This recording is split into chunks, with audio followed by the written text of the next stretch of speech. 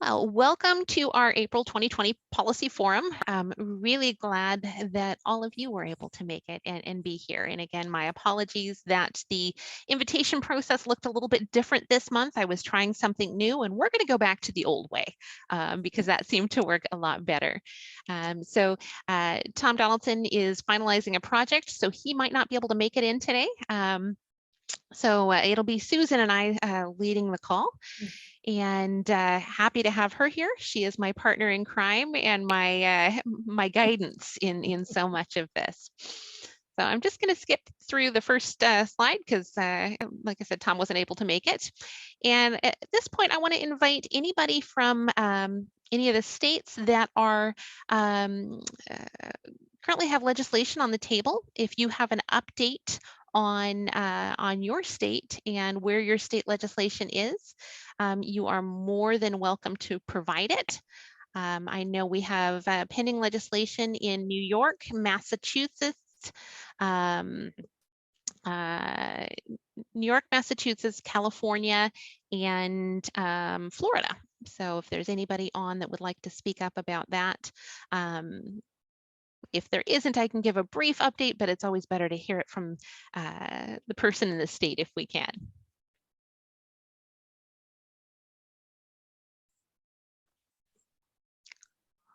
All right, I did speak with Dr. Christy Petrinko this morning, and she said that there was a little bit of a stall in their legislation due to appropriations, but that they were plugging away at that, and their legislation is potentially moving forward here fairly quickly. So New York is one to watch for sure. California has, I don't know if there's anybody on from California that would be willing to. I can. It's Francis. Oh, So Francis. Thanks, Annette's not Francis. here. Yeah. Annette's been doing, continuing her liaison with State Senator Portantino's office, and there was a objection from the California Teachers Association, which we have someone from Santa Clara County who's worked for many years as a special ed person who is going to work with the California Teachers Association on that. They seem to have it sort of lumped together with dyslexia, which is a totally different issue. Um, so we are going to keep working with that. We're trying to work to contact State Senator Nancy Skinner, who has been totally unresponsive to previous outreach. What else? We're sort of beginning to think about contacting the members of the state assembly. Great. There's a lot of outreach and a lot of grassroots happenings with all of this. And I forgot to say what our legislation is, which is to add prenatal alcohol exposure to the list of OHI, other health impairments that qualify for special ed. And Francis, you wouldn't think the Teachers Association would be opposed to that. That's an You know, I'm going to sound cynical, snarky, and sarcastic.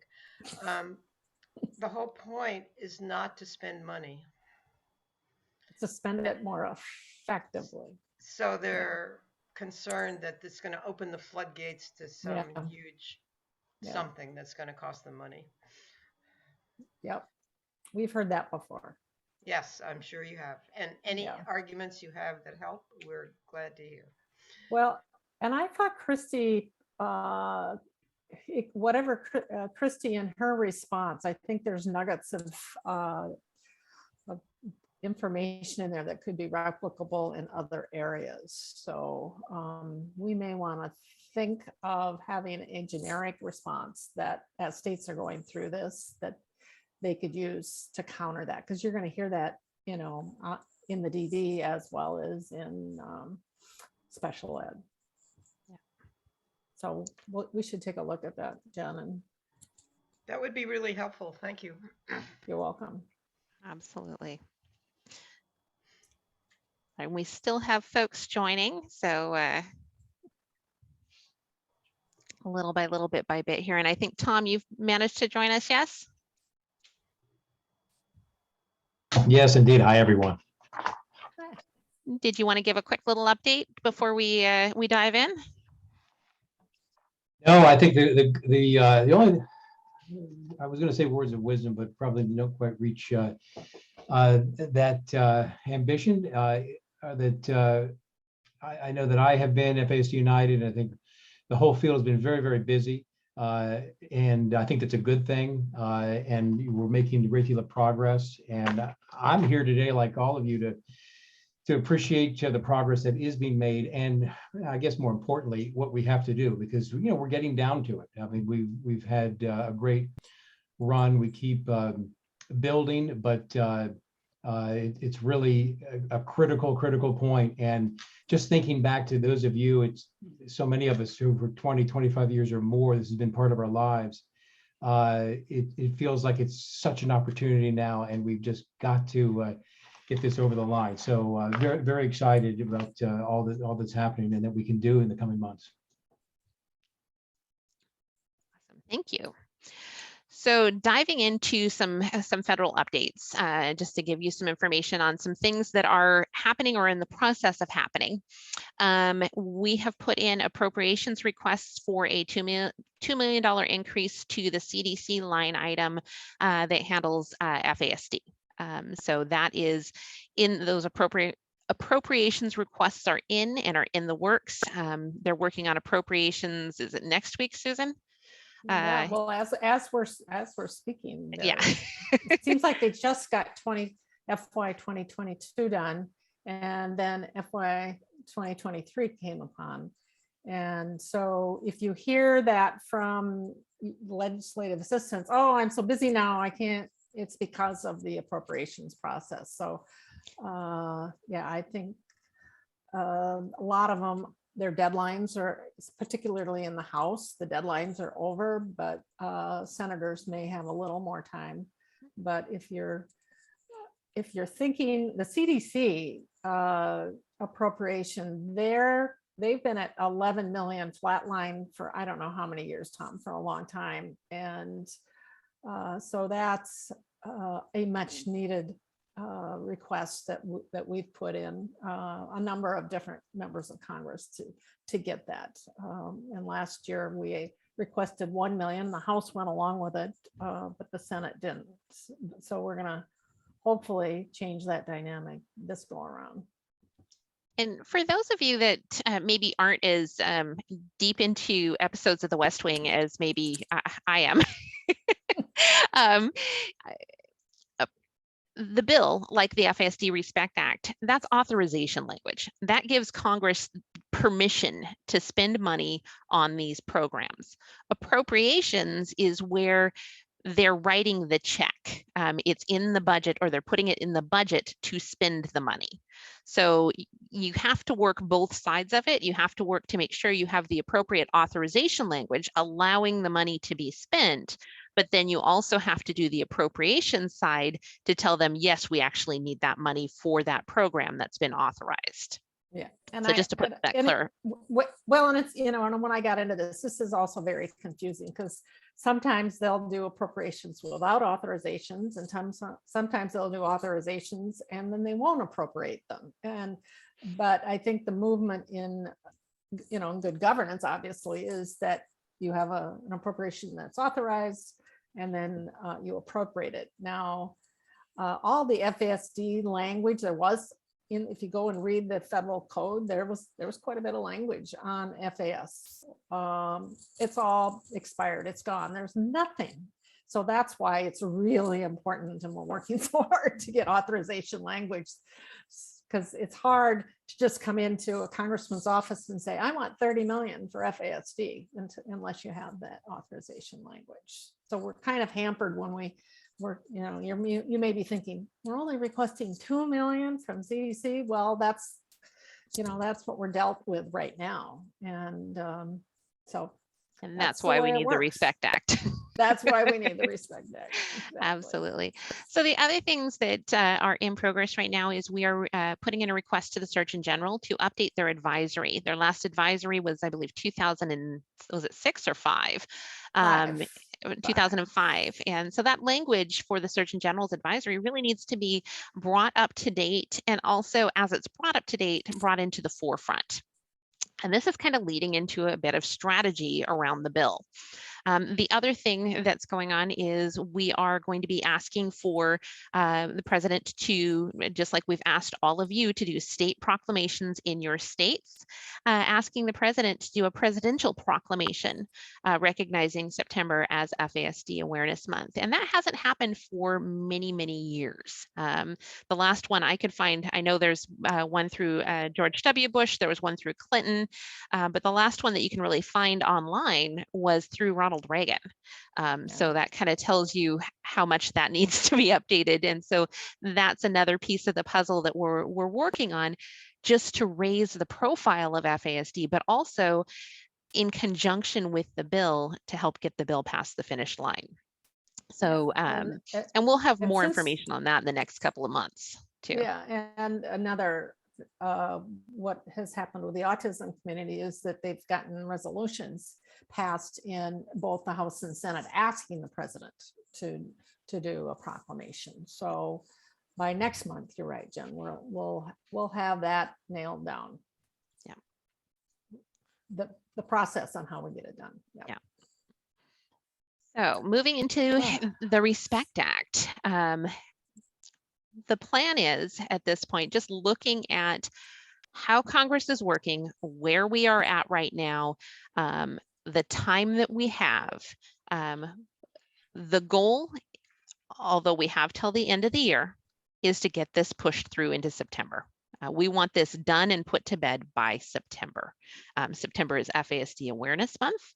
It is an election year for the House, so they'll be looking for bipartisan legislation.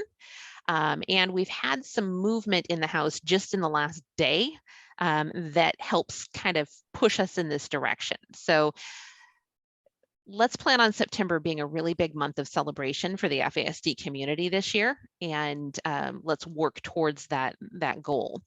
The way we do that is by getting the bill put through the House and the Senate, either through a hearing or, better yet, through markup. And markup just means that they look at it, they address it, and they pass it through the subcommittee so that it's through that step of the process.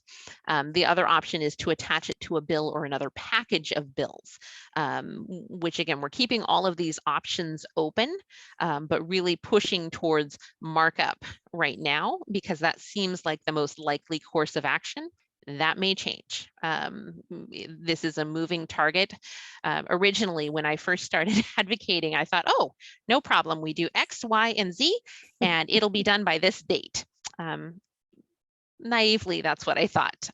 It doesn't work like that. It is definitely a moving target, but we're making the progress we need to be able to get there. So again, the plan is to celebrate this in September. And here's why.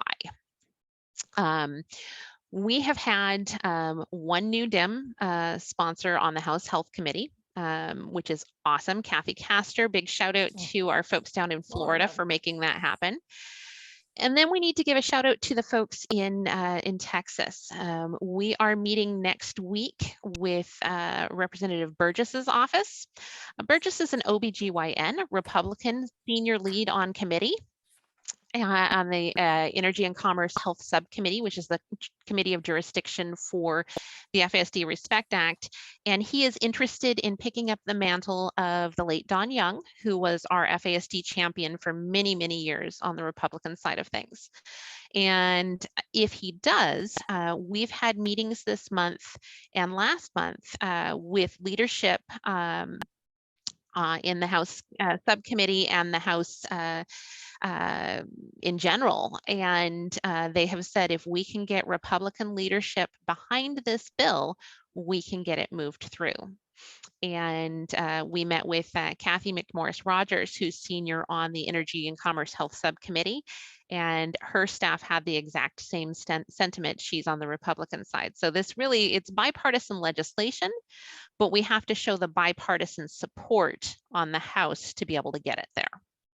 And oh, sorry, please go ahead. I just want to talk about a little bit about the Kathy Castor meeting. That was, it was an example of how in states you can partner with a different organization, and this was actually a town hall, and these happen a lot during election years. It was a town hall that was sponsored, and Catherine Shea and I were put on the agenda, and they had 6 questions, and we were the last question directly with Representative Castor. And so you're having this like one-to-one, and she's already gotten the question ahead of time. And the 5 questions that were ahead of us, basically, we knew what was happening. But with ours, she asked some really good questions, and I think it was the next day that she signed on. So that was a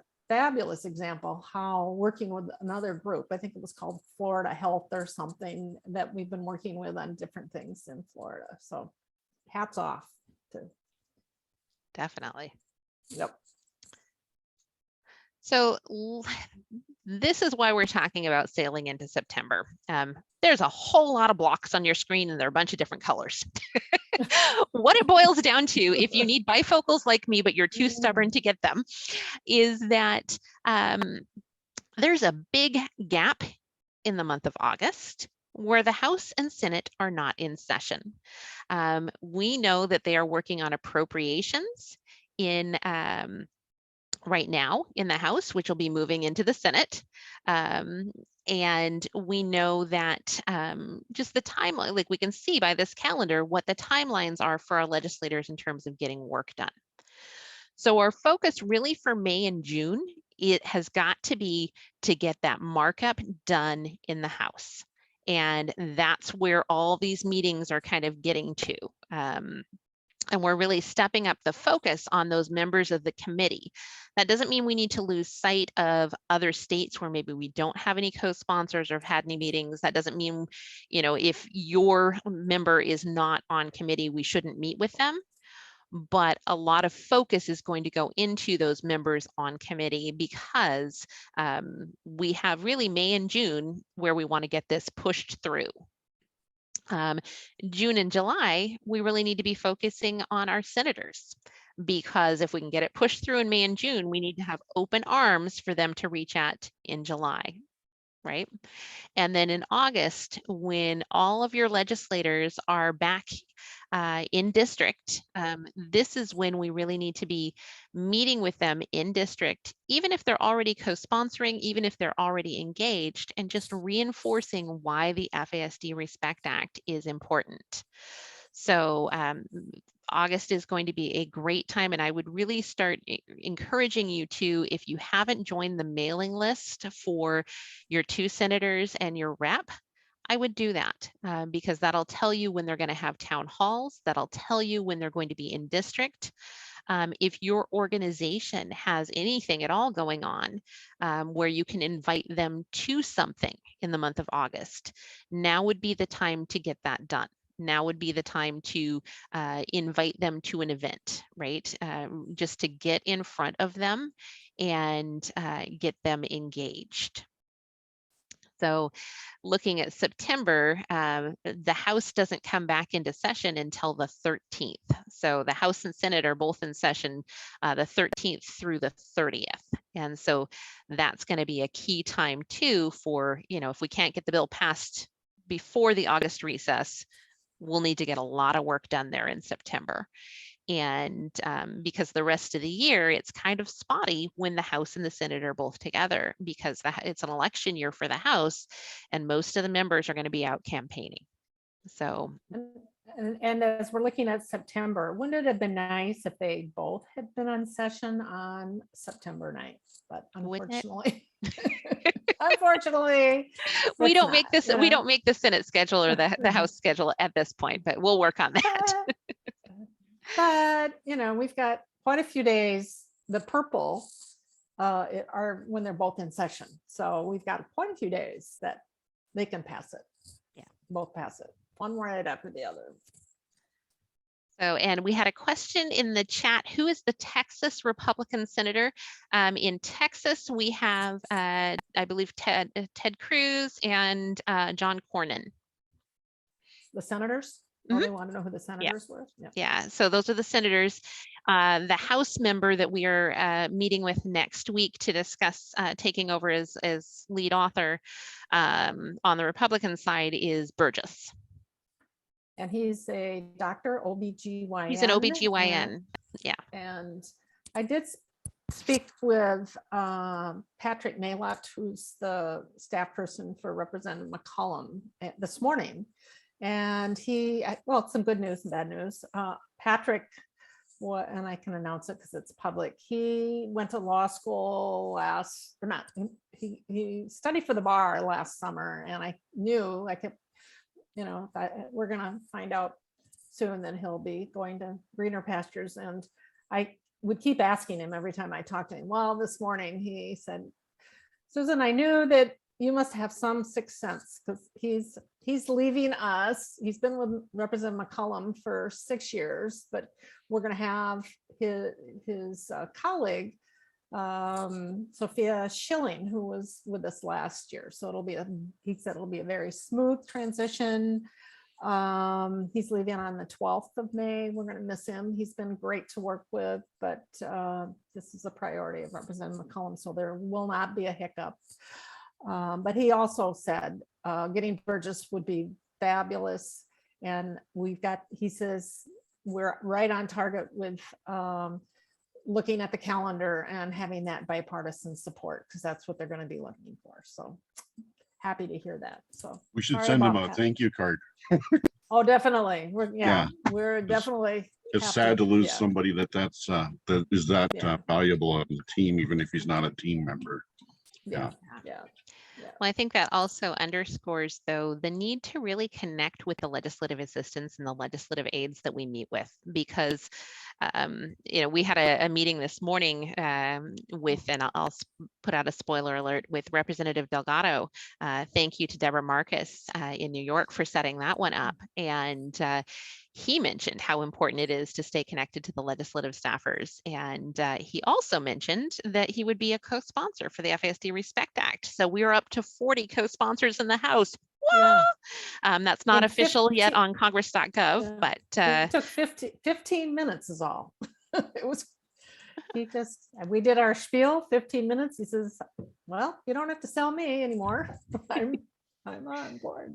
So. And one of the things we like to tell families, or we've been telling families recently, and something that you can do when you're reaching out and asking people to connect with their senators and their rep to do these meetings, is that it's easier than an IEP meeting.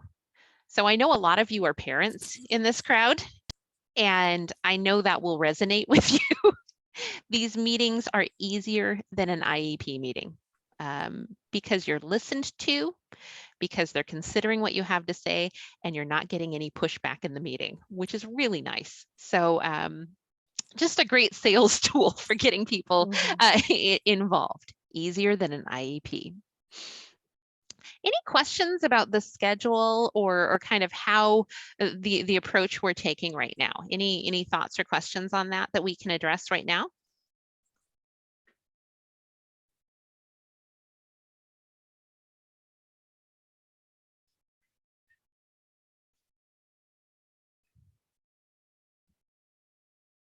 Wow, we're that good. Okay. I have one. It took me a minute. Are there any House or Senate folks related to the CDC that we could reach out to help move the 2 million forward? So definitely. Or is that not a necessary? Well, Joel, you're from Minnesota, and we've, McCollum and Phillips we've requested, and then we're going to be requesting Klobuchar and Smith as well, and their deadline. A lot of the House deadlines, unfortunately, are done and they're starting to work on the bills. Could we draft a letter or something to send to them, Well- or how would that work? It depends on the office. McCollum actually had a form that you filled out.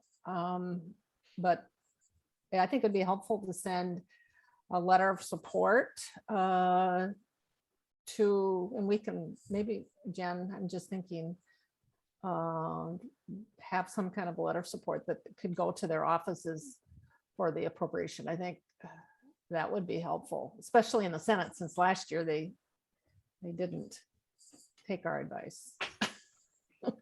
I will make a note of that and we'll get on that. That's a really good point. Yeah, that's a good point, because that's real money that we know that.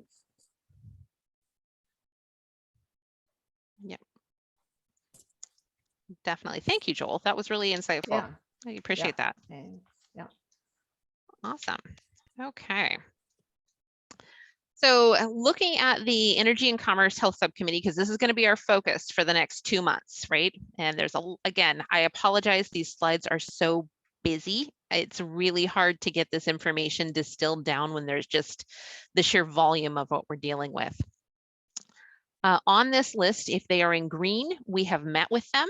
If they are in yellow, they are a co-sponsor.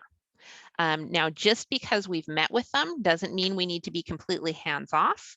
If these are your legislators, these are people we need to reach out to and consistently remind that, yes, you do need to be supporting the FASD Respect Act, and we'd really like you to join us as a co-sponsor.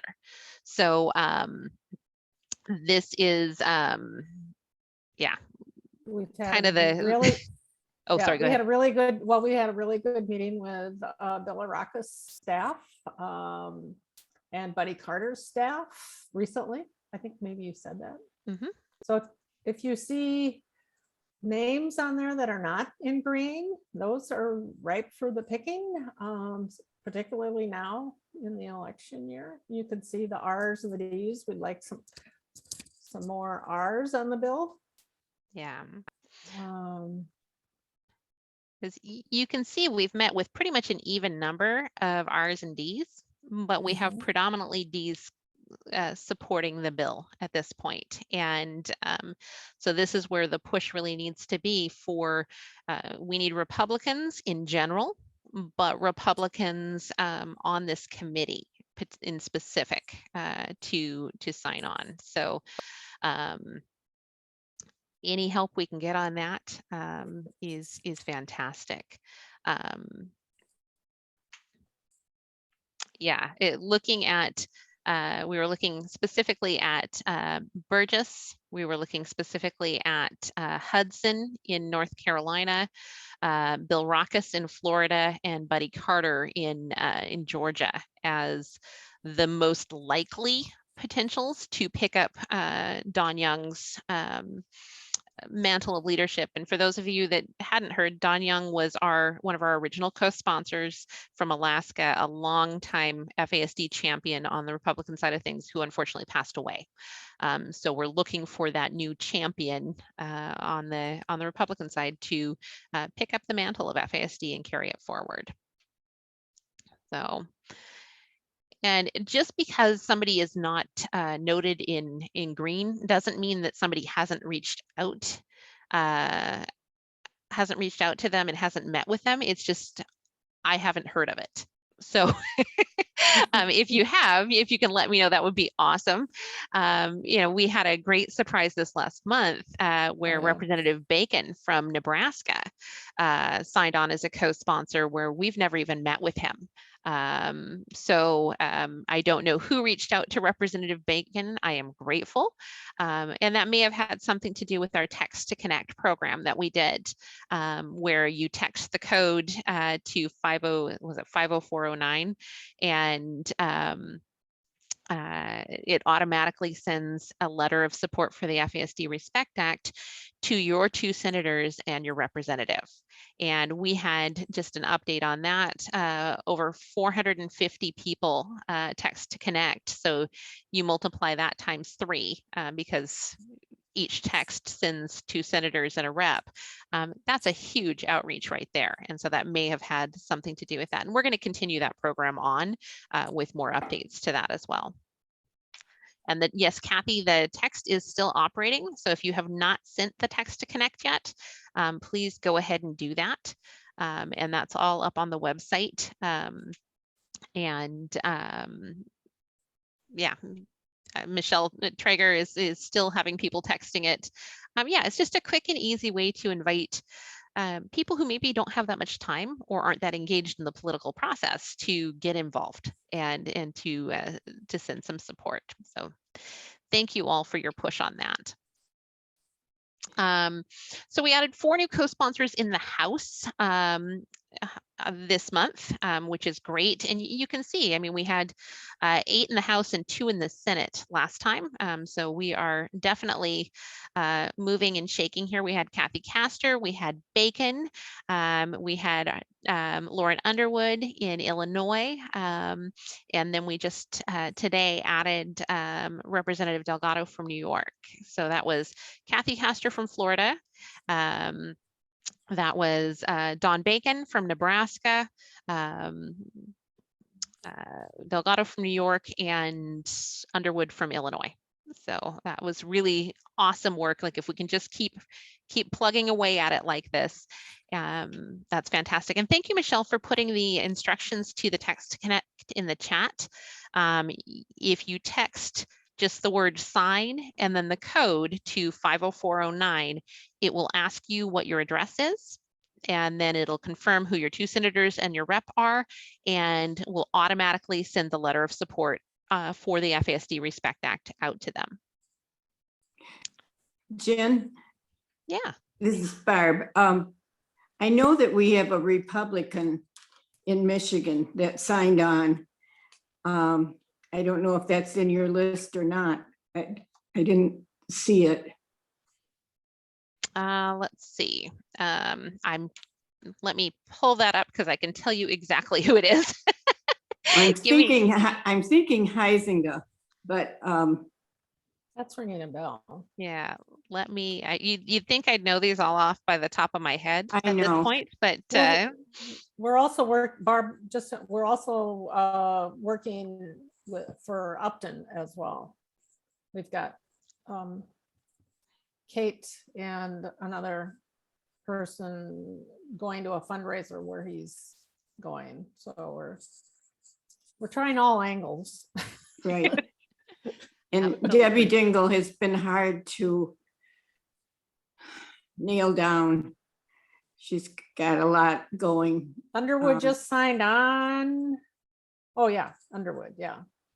And she's done appropriations. Yay, Michelle, thanks for, and that'll help. Yes, that will It's help. get wonderful. Yeah. Thanks Well, for pointing that out. and I think to, maybe, Michelle, if you don't mind sharing a little bit about what it took to get Underwood on board, because Yeah. I think this is indicative of, you were saying, Barbara, that Debbie Dingle's been really hard to get nailed down, right? And Michelle faced that same problem with Lauren Underwood. So Michelle, do you mind talking just for a minute about how that all came together? Yeah, I can talk about that. And it's, it is a little bit, I think, meeting with these people more than once to kind of get an idea of what works, because I'm kind of at the border of Bill Foster and Lauren Underwood's district, but my kid's school district is at least partially in Underwood's district. And our lines are redrawn as such that come November, I will be totally in her district. But Susan was on a call with me with Bill Foster. And, he's a former physicist, and he's very much like, well, why isn't the prevention message working? And what are the costs of this? And what are the costs of not doing this? Like, that's where he comes from. Whereas Underwood is, I think, a little bit more responsive to people's personal stories and emotional appeals. So she had and she actually does town hall meetings, which not everybody does.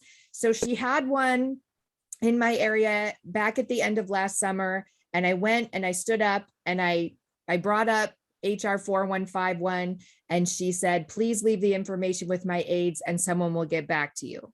I did that because I came prepared and no one ever got back to me.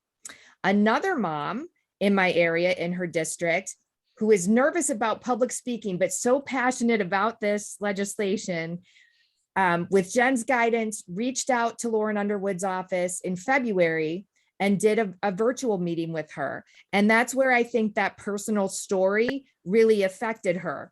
So then Representative Underwood had a string of town hall meetings across the district last week. And so I went to the first one of those. And I really like it because it's in person, it's face to face. I chose what I thought would be the smallest crowd and stood 10 feet away from her and brought up the legislation again. And you know, she had this packet that she handed out because she's campaigning, and it was all the projects she's brought to the district. Well, some of those things have to do with kindergarten readiness. And we know that binge drinking increased over the pandemic. So what is that going to look like in a few years? One of hers was a project for kids in foster care. And we know that that is a big area where we need to concentrate FASD awareness. And then she had her project, which was pretrial diversion in one of the counties. And we know that we need that for our individuals with FASD who are justice involved. So I brought up how excited I was about these districts because that's her energy, is to be enthusiastic. And I said, I'm going to be so much more excited when the FASD legislation helps these projects be more successful. But then I made her feel a little bad because I said, you know, I brought this legislation to you back at the end of last summer and no one got back from your office. And another mom spoke with you in February. And it's really hard when parents are raising these kids and we're dealing with near constant daily crises to make the time to come to town hall meetings. And it feels bad not to be heard. And that really affected her. And she apologized right there with her microphone and said, I definitely want to talk to you. And then her staffer came up to me immediately after, apologized. And she said, I know exactly who you are talking about because of all the calls we hear from that mom that spoke to us in February. I remembered her. And so that was awesome. So I really feel like it was a group effort here. And sure enough, 2 days later, Lauren Underwood called me herself and said, oh, I'm just calling to let you know that I'm signing on as a co-sponsor and I want to apologize for the delay. Yeah, Michelle, that's a great story and in advocacy. And we hear those all the time. So I know that it's a lot of work and we get that, but you know, you just don't, persistence pays. That's my motto in life. Persistence will pay in the end. Well, then I hope to use her signing on because Robin Kelly, who we really want, because it's her committee, she tends to be on some other projects with Underwood. And so I'm hoping like going to her now and saying, okay, Representative Underwood already signed on. And the same with Duckworth. We've had a good ongoing conversation with the aide from her office, but we're not getting anywhere. So we have some parents that are pushing on that office, trying to get some more answers. I feel like it's a lot harder from the Senate side. But even just to go to my local school board again Monday night and say, hey, our own Congresswoman signed on to this. That's how important it is. I want September to be recognized in our school district. I want you guys to get more training for our educators on this. It's very much interconnected. And, you know, you talked about Underwood's staff remembering the story of the parent. And this is where the voices of lived experience have so much power because we're not only educating the lawmakers, we're educating their staff who in all likelihood are eventually going to become lawmakers.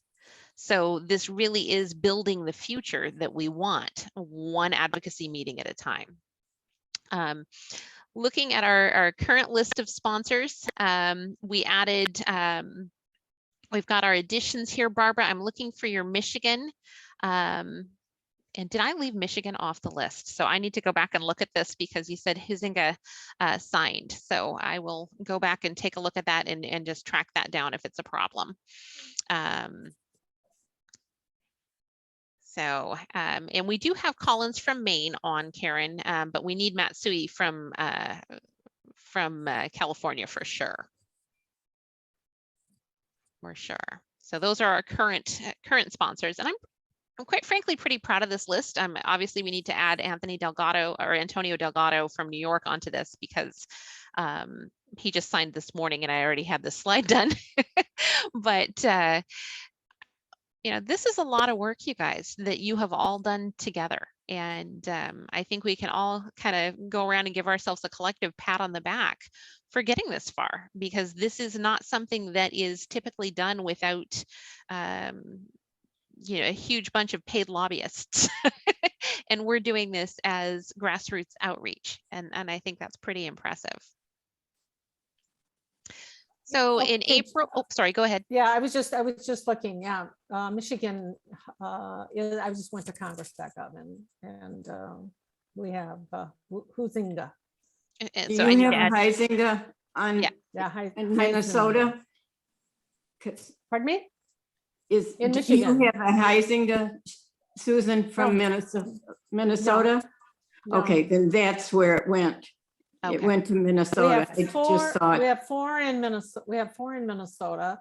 California, well, you've got a lot anyway, so, but you're leading, and then we're second. Washington has 3, and then it goes.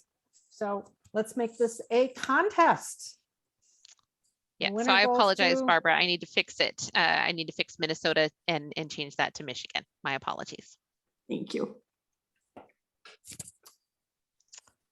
Okay. Right. So in April, we met with Buddy Carter. Again, he's a key on committee. Kathy McMorris Rogers in Washington State. She's lead on the Republican side of the committee. Wexton in Virginia. Alma Adams, sorry, not Alum. Alma Adams in North Carolina. Spanberger in Virginia, Delgado in New York, Murphy's coming up in North Carolina, and Rutherford in Florida this week. So we've had a lot on the go here. And overall, we've had about 300 meetings with legislators and their staff. But in the House, we've met with 131 of the House members and then 50 out of the Senate. So I'd say we're coming along quite nicely. And just looking at the House, and this is something that I think really, you know, take back and kind of soak in. Green are sponsors in the state. Pink are where we've had meetings, but don't have a sponsor yet. And then kind of the light green, pale gray is where we haven't had contact in the House or meetings in the House yet. But that's pretty impressive. What a small group of families and caregivers and passionate professionals and individuals living with FASD have done. That's big. Yes. Looking at, It's truly grassroots. Yep. it really is. Very much so. Yep. So looking at the Senate, again, we haven't had as much sign on in the Senate, which is pretty normal for the Senate as I understand it. But the outreach, again, has been really, you know, really widespread. And so I just want to thank you all for the outreach that you have done. And this is something that you can even share with your legislators, like to get on board. This is a wave. This does show a broad base of support. The fact that we were able to get as many meetings as we have and as many people signed on. So looking at your inboxes, you all should be now receiving a weekly update from FASD United on Tuesday. That's the policy update. And in that email, there may be things that you look at and you're like, it doesn't apply to me. But anything new that's coming out that would be worthy of sending to your 2 senators or your rep is included in that email. So there's lots of information for ways to follow up, new endorsements, new co-sponsors, any new reports that are coming out that might be of note, any language to help with rebuttals for objections that they might have would also be in there. So I really encourage you to kind of take a look at that. And if there's things that you'd like to see in those emails that you're not seeing, short of the bill passed, let me know. So new endorsements for April, and the endorsements list is really starting to pay off and bear fruit. So if you've already met with your 2 senators and your rep and you're looking for another big project to take on, getting people to sign on as endorsing the bill can be extremely helpful. In states where there's more endorsements, we've seen more movement. And so that there's a direct correlation there. So looking at who you can get signed on, and then as new organizations sign on, sending those back to your 2 senators and your rep, even if they've already signed on as a co-sponsor, letting them know that they have this broad base of support behind them. Getting people signed up as an endorser is super easy. If they go to the Policy Center site, which I don't know if you know this, you can link to through the FASD United site. If you just click on the Policy Center button on FASD United, it'll take you right to the Policy Center site in case you get lost. And then going on to organizations, there's a big pink button in the middle of the page. You click that, you fill out your information, and it's done. Easy peasy lemon squeezy. So sneak peek coming up for next month, we will have some new text to connect letters to send out to your 2 senators and your rep. And if you need those set up for specific initiatives you're working on in your state too, let me know, because we've got this system set up now. So if your state is working on a piece of legislation and you'd like that set up, that's a form of technical assistance that we are happy to provide. It's quick, it's easy to do, and you know, we can get that set up in a GIF for you. We have 7 meetings booked for the first week and a half of May. So we're starting May off with a bang. Things are going to be very busy, and just be looking for those weekly email updates, because things are going to start flying fast and furious. So any questions? I'm going to open it up at this point to questions or comments or thoughts about things that we should be doing, thoughts about things we shouldn't be doing. Would really love to hear from you about the overall direction that we're going in, and how you're feeling about that. Carl, you had your hand up? I've scheduled meetings with candidates for federal office. We have Mark Haugen running for the Congress, and Katrina Christensen's running for the Senate, and their staff, for lack of a better word, is agreeing to meet with me so that we can discuss the FASD Respect Act and to get them talking about, because in North Dakota, if one candidate starts talking about something, the other candidate starts talking about something. So our goal is to get the conversation going. In addition, we're also meeting with the chair of the Republican Party to see if we can get them to sign on as endorsing the FASD Respect Act. Ooh. We're not getting any movement at all from our elected critters in DC. They're not returning phone calls, they're not answering emails, and it's frustrating, but we're still trying. So I'm going to try to skirt them and attack it from the backside. So, for lack of a better description. So anyway, that's all we have. There's no snow on the ground anymore, and I don't think it's going to snow anymore. We did get what 18 to 23 inches in some parts of Bismarck last week. So yeah, life is good. Thank you for all of your hard work, everybody. Thanks, Carl. Okay. Oh, Kathy, you had your hand up. Yeah, she said that Hudson wanted to take up the banner of Young, or were thinking he would be a good one, or what? He would be, yeah, he would be a good potential one because he sits on committee. Okay, we're going to try to get another meeting with him. We had one in the fall, as you know, so we'll try for that again. Is there some way, a different way we should approach that, given he's on lots of committees in terms of picking up the banner, or do we just do it as usual? Just do it as usual, and Okay. really just, what you're doing is you're asking him, his office and his staff To now push for an it. update. Yeah. You've had some time to think about it. Where are you at? And Right. what information do you need to get on board with this? Yeah, I mean, Michelle's experience, how many times did it take? And different people. And so just, like I said, persistence, patience, and showing if you have new endorsements in the state, we have all these new author sponsors. So there's, because they've got a lot of stuff on their plate. So it's not like, did you get a no from them? If you don't get a no, then they're open game. Just The door's keep not at 'em. completely shut unless they say no. Right. And even then, it's right. only partially shut. It's only partially shut. Yeah. Yeah. Yeah, we keep getting letters from Senator Tillis, that sound like he knows a lot about FASD, but Yeah. that's his reaction to us wanting a meeting. That's Yeah. Melissa is dealing with that same issue in Georgia, Right. right, Melissa?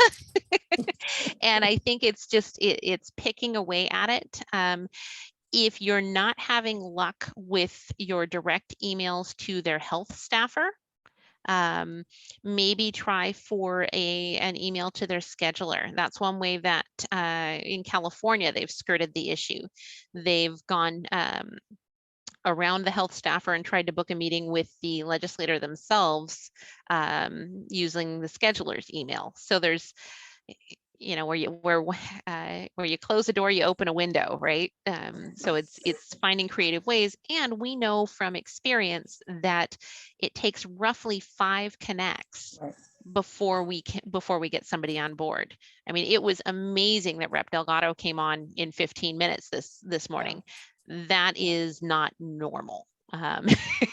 Well, So the one co-sponsor we have came on with one email. Yeah.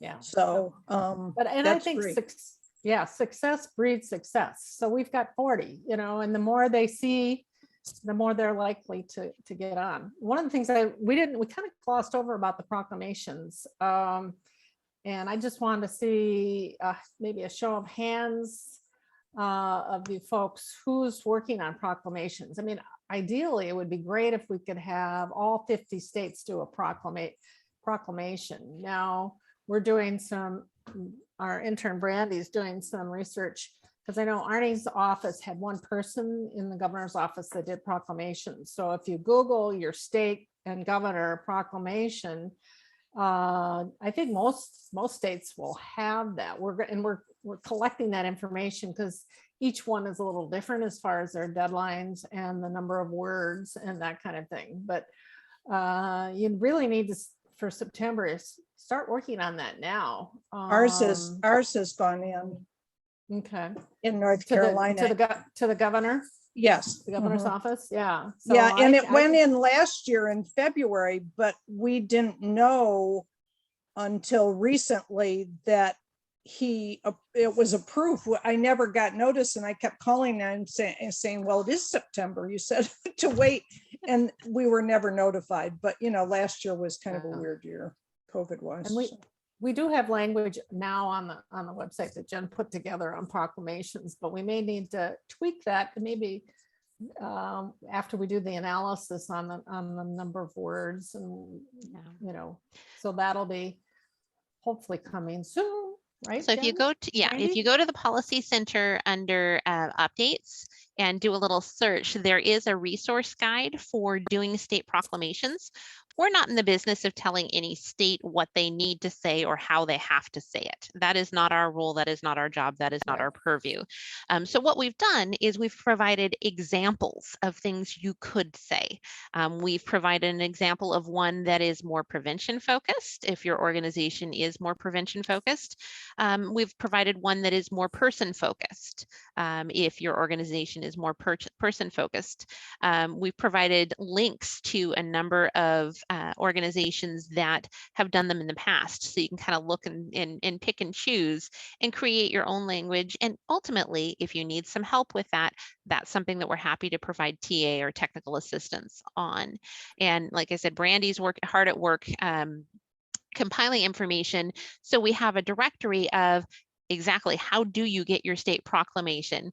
And then if you can let us know once you've got your state proclamation in, we can kind of keep track and do a little map of, okay, we've got a state proclamation in all of these states.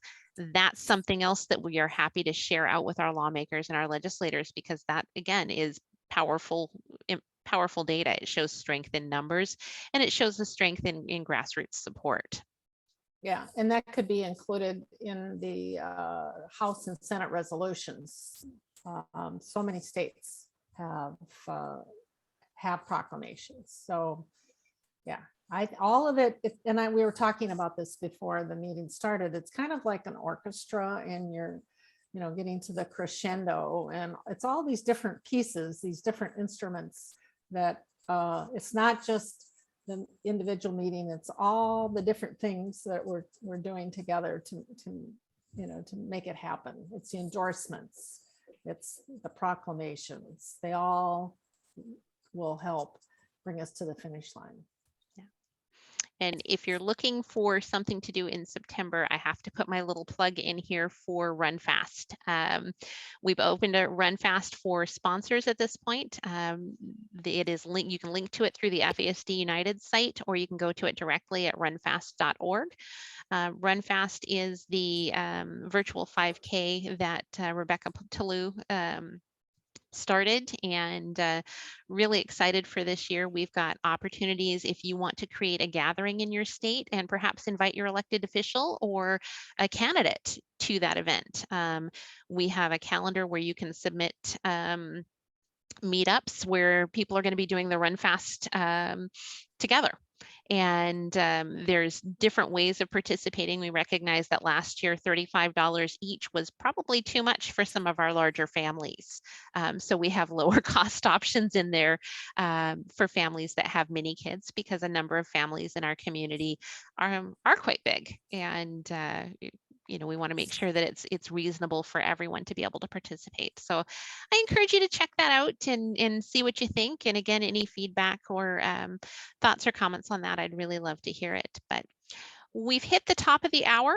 So I want to thank you all for your time and your attention and your advocacy and your support. And we can't do this without you. This is not Susan and Jen leading the way. This is not even FASD United leading the way. This really is all of us coming together as a community and doing this together. And we can't do it without you. There's just too much work to be done, and we need each other. So on behalf of my family, on behalf of the organization, and on behalf of myself, I want to thank you all so very much for your advocacy and your support, and wish you a great month. So thank you. Thank you.